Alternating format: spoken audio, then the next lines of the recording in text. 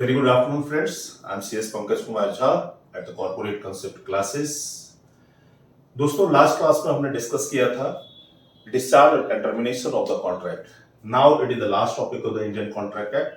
Besides the special contract that is also the part of the Indian contract act. लेकिन जो normal general contracts हैं उसका जो है लास्ट टॉपिक है ये, क्योंकि remedies for breach of contract हमने देखा कॉन्ट्रैक्ट कैसे बनाया जाता है, कॉन्ट्रैक्ट क्या में की वैलिडिटी कैसे होती है, कॉन्ट्रैक्ट क्यों में पार्टीज कौन होते हैं, राइट्स ऑब्लिगेशंस क्या है, सारी चीजें हमने देखा. लास्ट क्लास में हमने डिस्कस किया था डिस्चार्ज ऑफ द कॉन्ट्रैक्ट. अब यहाँ पे बात आती है कि यदि कोई ब्रीच ऑफ कॉन्ट्रैक्ट करता है तो जो इनके साथ ब्रीच हुआ है, जो ब्रीच्ड पार्टी है, उनके पास क्या रेमेडीज है. तो remedies for breach of contract में जो है वो लगभग 4-5 चीजें हैं. एक है क्या, rescission. Rescission.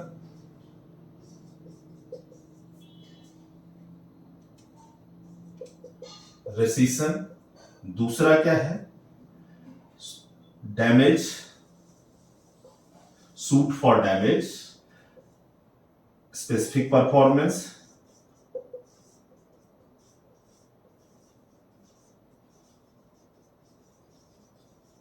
Injunction and quantum merit.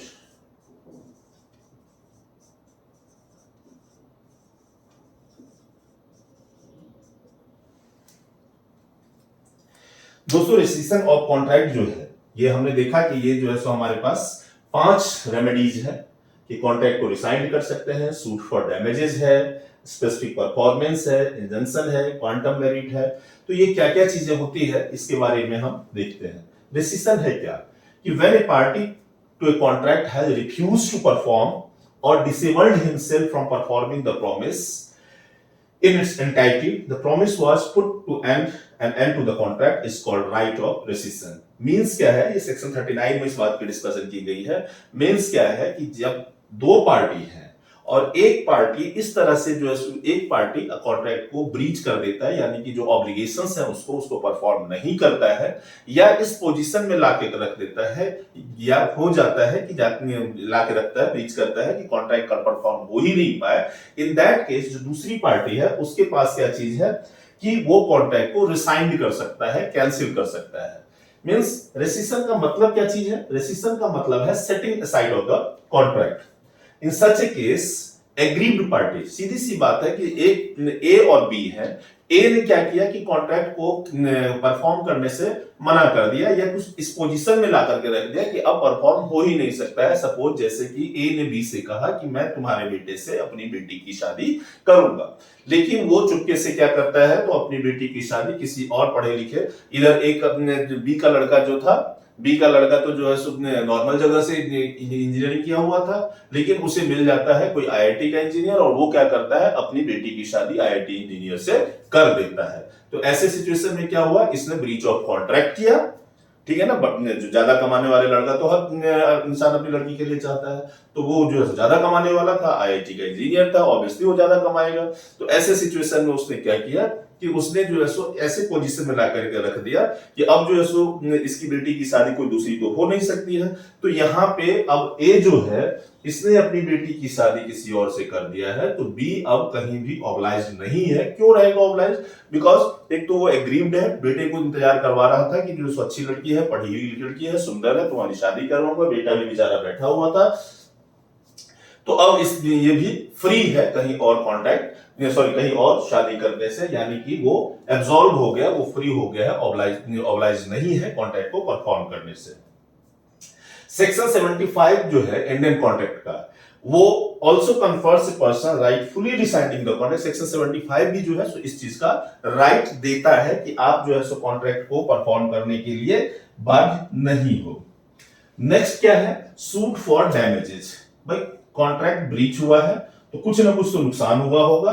Agreed party जो है कॉन्ट्रैक्ट को तो यहां पे रिसाइंड कर ही सकता है, इसके साथ साथ इसके पास दूसरा और ऑप्शन है कि इसके साथ साथ, ये नहीं इसके अलावा, इसके साथ साथ इसमें क्या है कि वो जो भी डैमेजेस हुए हैं उसके लिए क्लेम कर सकता है.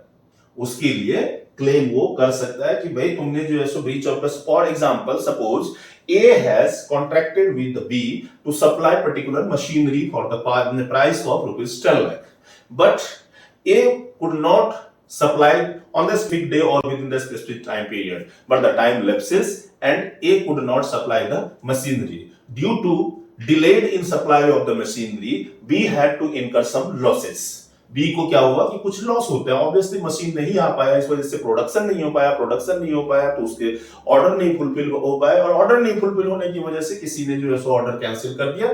तो ये उसे क्या हुआ कि यहाँ पर उसे जो है सो जो अपने लॉस हुआ, उस लॉस के लिए भी जो है सो वो क्लेम कर सकता है सप्लायर ऑफ द मशीनरी को। तो ये सूट फॉर डैमेजेज है।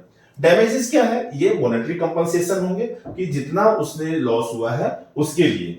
डैमेजेस जो है वो लिक्विडेटेड डैमेजेस हो सकते हैं और अनलिक्विडेटेड डैमेजेस हो सकते हैं। लिक्विडेटेड डैमेज क्या हुआ कि where the contracting party agree in advance, जब कॉन्ट्रैक्टिंग पार्टीज हैं वो जो है सो पहले से ही एग्री है कि अमाउंट पेवर की, इसमें क्या चीज है कि उन्होंने तय कर रखा था कि यदि ब्रीच ऑफ कॉन्ट्रैक्ट होगा, if the contracting party, for example, we have taken for the supply of the machinery between A and B.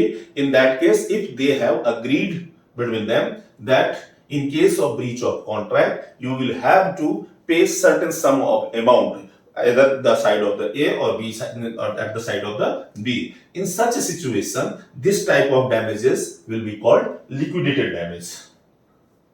और unliquidated damage क्या होता है? Where the compensation of amount claimed for a breach of contract is left to assessed by the court. Means कि वहां पे क्या चीज है कि जो सो आपने तय नहीं किया हुआ है, कोर्ट में बात जाती है ब्रीच ऑफ कॉन्ट्रैक्ट के लिए, और कोर्ट के जो है सो प्रेरोगेटिव पे छोड़ा हुआ है कि आप ही तय करो कि मेरा जो नुकसान हुआ है इसका डैमेज कितना होना चाहिए। तो इस तरह डैमेज जो क्लेम किया जाता है उसे क्या कहा जाता है? Unliquidated damage. अनलिक्विडेटेड डैमेज के टाइप कितने हो सकते हैं कि जनरल, और ये जो डैमेजेस है ये क्या होगा? जनरल। ये तो पहले दो है, लिक्विडेटेड, दूसरा क्या है? अनलिक्विडेटेड। लिक्विडेटेड डैमेज में तो जो स्पेसिफिक अमाउंट फिक्स रहता है। अनलिक्विडेटेड डैमेज जो है जनरल, दूसरा क्या है? स्पेशल, तीसरा क्या है? एग्जाम्पलरी और प्यूनिटिव,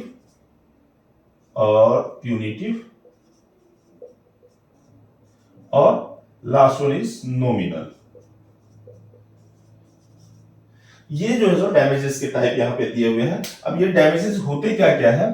जनरल या ऑर्डिनरी डैमेज की बात यदि करें तो ये restricted to the pecuniary compensation to put the injured party in position he would have been the contract with, means कि इसमें ये चीज कहता है कि जनरल या ऑर्डिनरी डैमेज है जितना लॉस हुआ है, यानी कि यदि इस कॉन्ट्रैक्ट को परफॉर्म किया जाता तो ये इसका क्या क्या पोजीशन होता, मींस कि जितना नुकसान हुआ है उस चीज को जो है सो यहाँ पे डैमेज, जो उस अमाउंट को, उस चीज को जो है सो या जो भी चीजें हुई है वो फुलफिल जो किया जाता है तो उसे क्या कहा जाता है? General damage. It is estimated amount of loss actually incurred. ये कितना लॉस होता ये अलग बात है, कितना लॉस हुआ है इसकी वजह से, तो उस अमाउंट को ही जो है यहाँ पे क्या कहा जाता है? General damage. It applies only to the proximate consequences of the breach of contract and the remote consequences are not generally regarded. तो यहाँ पे क्या चीज है कि जो सो एक अंदाजा लगाया जाता है कि यदि ये कॉन्ट्रैक्ट फुलफिल किया जाता है या कॉन्ट्रैक्ट की वजह से इतना लॉस हुआ है, ब्रीच होने की वजह से इतना लॉस हुआ है, तो ये लगभग अंदाजा अमाउंट होता है, उस अमाउंट को जनरल या ऑर्डिनरी डैमेज कहते हैं। स्पेशल डैमेज क्या है कि कुछ पर्टिकुलर सिचुएशंस में पिकुलियर सर्कमस्टांसेस होते हैं, उस पिकुलियर सर्कमस्टांसेस में इन चीजों को लिया जाता है। If at the time of entering into the contract, the party has notice of special circumstances, which makes special loss, the likely result of which in the ordinary course of things, then upon his breaking the contract and the special loss following the breach, he will be required to make good the special loss. For example मान लेते हैं क्या कि अभी कुछ दिन पहले Covid का टाइम आया हुआ था। कोविड के टाइम में आपने देखा दो वेव जो कोविड की चली, पहले वेव में सैनिटाइजर की बहुत ज्यादा जो है रिक्वायरमेंट हो गई थी, डिमांड हो गई थी, और दूसरे वेव में ऑक्सीजन सिलेंडर की बहुत ज्यादा डिमांड हो गई थी।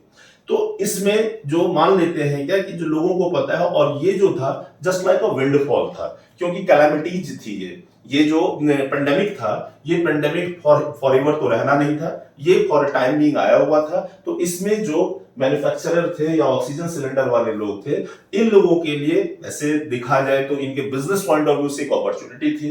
तो यहाँ पे इन्होंने कोई सपोज करते हैं कि ऑक्सीजन सिलेंडर, या सपोज करते हैं कि जो सैनिटाइजर की कंपनीज थी, उन्होंने अपने लिए कुछ केमिकल्स वगैरह जो उसमें डलते थे, उन केमिकल्स के लिए ऑर्डर किया था। और उस टाइम में वो जो है सो ज्यादा प्राइस में भी कई कंपनीज ने जो है सो इसका बेचा था, ब्लैक मार्केटिंग भी हुई थी, खास करके ऑक्सीजन सिलेंडर की। तो उस टाइम में सपोज इन्होंने जो है सो ज्यादा सेल करना था और ज्यादा इनको प्रॉफिट हो रहा था। तो ये चीज उन्हें पता था, ये चीज पता था कि इस पर्टिकुलर सिचुएशन में जो है सो हमें इसमें ज्यादा प्रॉफिट होगा, और इस चीज का पता था। तो इस केस में यदि जो है सो उनको जो केमिकल के लिए उन्होंने ऑर्डर किया था वो केमिकल नहीं आ पाया, तो उसकी वजह से जो होने वाला लॉस था, उस लॉस को, डैमेज को जो है सो फुलफिल करना स्पेशल डैमेज जो है सो कहा जाएगा, क्योंकि ये एक स्पेशल लॉस था। तीसरा क्या है? एग्जेम्पलरी और प्यूनिटिव डैमेज। एग्जेम्पलरी डैमेज क्या है? इसमें जो ब्रीच, जो एग्रीव्ड पर्सन है, उनके लॉस को सही करने से ज्यादा इसका पर्पस क्या है कि जो डिफ्रॉडिंग पार्टी है, जो मींस की जो कन्विक्ट है, जिन्होंने ब्रीच किया हुआ है, उनको पनिश करना जो है, नाम इसका दिया हुआ है प्यूनिटिव। तो ये उनको पनिश करना इस डैमेज का मेन पर्पस होता है। कोर्ट में award such damage breach of promise to marry and wrongful dishonour of customer cheque by the banker. यानी कि क्या चीज है? अब जैसे मान लेते हैं क्या कि किसी से शादी करने के लिए आपने किया था, लेकिन उस चीज को जो है सो आप परफॉर्म यहाँ पे नहीं कर पा रहे हो, तो उस केस में जो है सो एग्जाम्पलरी डैमेज होता है यहाँ पे। क्योंकि सजा जो है सो किसी के साथ आपने इस तरह से किया हुआ है कि आपने किसी के साथ प्रॉमिस किया कि मैं मैरिज करूंगा, और फिर मैरिज आप नहीं करते हो, तो ऑब्वियस सी बात है कि मैरिज तो नहीं करवा सकता है, लेकिन आपने ये गलत किया है, तो आपको उसके बदले में कुछ सजा मिलेगी।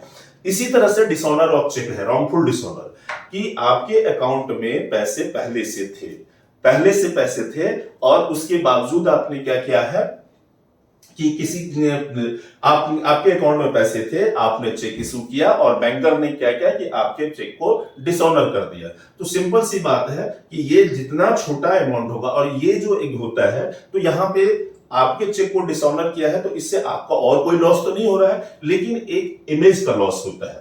और ये जितने बड़े लोग होंगे और जितना छोटा चेक होगा, ये कॉन्ट्राडिक्टरी है कि मींस की क्या चीज है, वाइस वर्सा है कि सपोज कीजिएगा कि जो है सो आज कोई बड़ा बिजनेसमैन है, टाटा है या अंबानी है, उन्होंने 5 लाख का चेक इशू किया हुआ है, और उस चेक को डिसऑनर कर दिया जाए, तो ये उनके इमेज के लिए बहुत बड़ा धक्का होगा। जबकि कॉमन मैन जिसके अकाउंट में जो है सो 5-10 लाख ही रुपए रहते हैं, और उसने जो है सो 5 लाख का चेक इशू किया और उसका चेक डिसऑनर हो गया, तो उसके इमेज पे इतना बड़ा धक्का नहीं पहुंचेगा। रीजन बीइंग क्या है कि उसके पास नॉर्मली ये अमाउंट बहुत छोटा अमाउंट उसके लिए नहीं हुआ, जबकि एक बड़े बिजनेसमैन के लिए ये बहुत छोटा अमाउंट हुआ।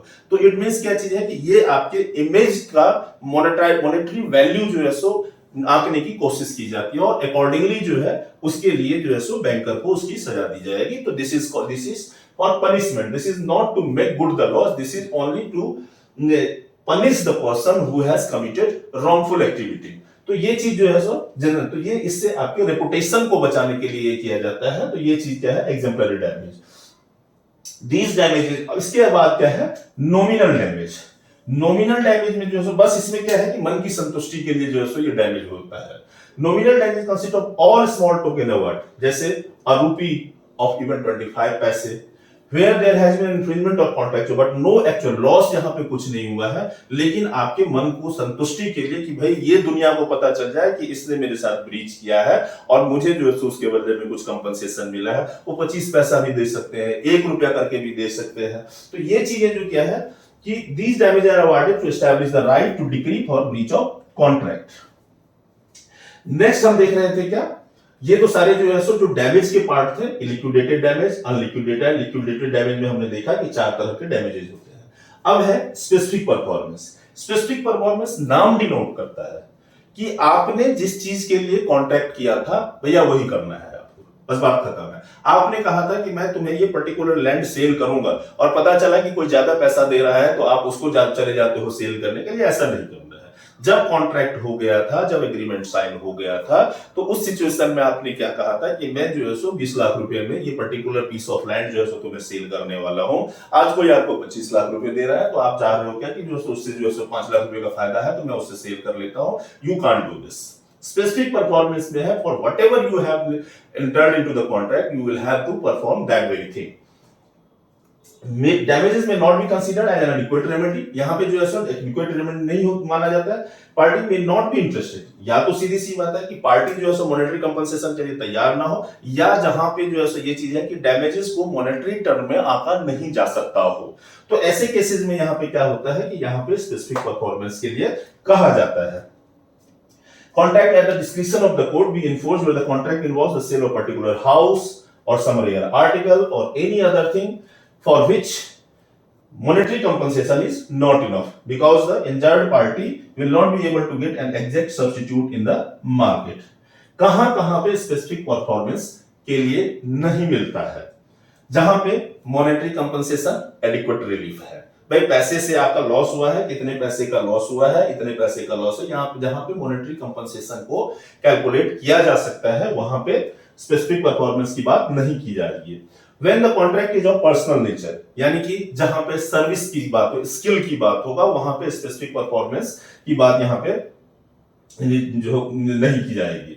Where it is not, अब सीधी सी बात है, सब्जेक्ट मैटर ही लॉस कर गया है, सब्जेक्ट मैटर ही लॉस कर गया है, तो वहां पे स्पेसिफिक परफॉर्मेंस की बात क्या की जाएगी? Where it is not possible for the court to supervise the performance of the contract, means कि जहां पे रेगुलरली जो है सो सुपरविजन की जरूरत है। अब कोई बिल्डिंग कॉन्ट्रैक्ट की बात हो रही है, बिल्डिंग कंस्ट्रक्ट करने का कॉन्ट्रैक्ट हुआ है, तो वहां पे कोर्ट के पास तो इतना टाइम नहीं है कि वो अपने बंदों को यहाँ पे खड़ा करेगा और देखते रहेगा कि भाई बिल्डिंग ठीक से बन रहा है कि नहीं बन रहा है। तो ऐसे केसेस में जो है स्पेसिफिक परफॉर्मेंस नहीं ग्रांट किया जाता है। When the contract is made by a company beyond its power, यानी कि जो आपका मेमोरेंडम ऑफ एसोसिएशन होता है, जो आपका ऑब्जेक्ट क्लॉज होता है, आप उससे बढ़ के ऑब्जेक्ट क्लॉज ही क्या, जो आपको पावर दिया गया है, यानी कि आप जो है अल्ट्रा वायरस एक्ट के लिए कॉन्ट्रैक्ट करते हो, वहां पे स्पेसिफिक परफॉर्मेंस के लिए नहीं कहा है। चाहे जो है सो जो ब्रीचिंग पार्टी है उसने भी जो है अल्ट्रा वायरस एक्ट किया है, तो उस चीज के लिए नहीं कहा जा सकता है। Where the contract is inequitable to either party, यदि दोनों में से किसी भी पार्टी के लिए इनइक्विटेबल होगा, तो ऐसे सिचुएशन में भी कॉन्ट्रैक्ट को जो है यहाँ पे क्या चीज कहा जाएगा कि यहाँ पे स्पेसिफिक परफॉर्मेंस नहीं दिया जाएगा। When one of the party is a minor, this is one of the essential element of the contract, कि जो पार्टी टू द कॉन्ट्रैक्ट के पास कैपेसिटी होनी चाहिए, तो माइनर होगा तो वहां भी स्पेसिफिक परफॉर्मेंस की बात नहीं की जाएगी। उसके बाद जाके नेक्स्ट क्या है? Injunction, suit for injunction. Injunction का मतलब क्या चीज होता है? नहीं करना, नेगेटिव टर्म में है ये। यहां पे क्या है कि party is a breach of a negative term of a contract where he does something which he was not to do, means कि उसे नहीं करना था, वो कर दिया है। द कोर्ट में by issuing order prohibit from doing so. Simple सी बात ये चीज है कि भाई आपने ये कॉन्ट्रैक्ट किया था कि मैं ये स्पेसिफिक वर्क नहीं करूंगा। मान लेते हैं क्या कि आपने किसी के साथ कॉन्ट्रैक्ट किया था, हालांकि रेस्टोरेंट ऑफ ट्रेड की बात में मैं कर रहा था, रेस्टोरेंट ऑफ ट्रेड जो अलाउड नहीं, लेकिन कुछ केसेस में अलाउड है, उसके एक्सेप्शंस भी है। जैसे मान लेते हैं कि 3 पार्टनर मिलकर के कोई एग्रीमेंट किए हुए थे कि जो कोई बिजनेस चला रहे थे, और उनके टर्म ऑफ एग्रीमेंट में जो है सो ये चीज लिखा हुआ था कि if somebody will depart, if somebody will separate from this partnership agreement, he will not continue the business, the same business for a period of 1 year or 2 year।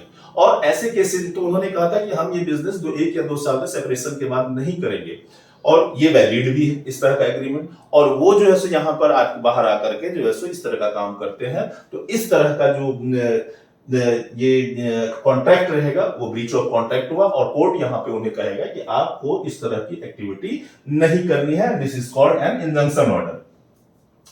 And last one is quantum merit. Quantum merit का मतलब होता है as much as is earned, कि जितना आपने जो है सो काम किया है उतना जो है सो आपको मिल जाएगा।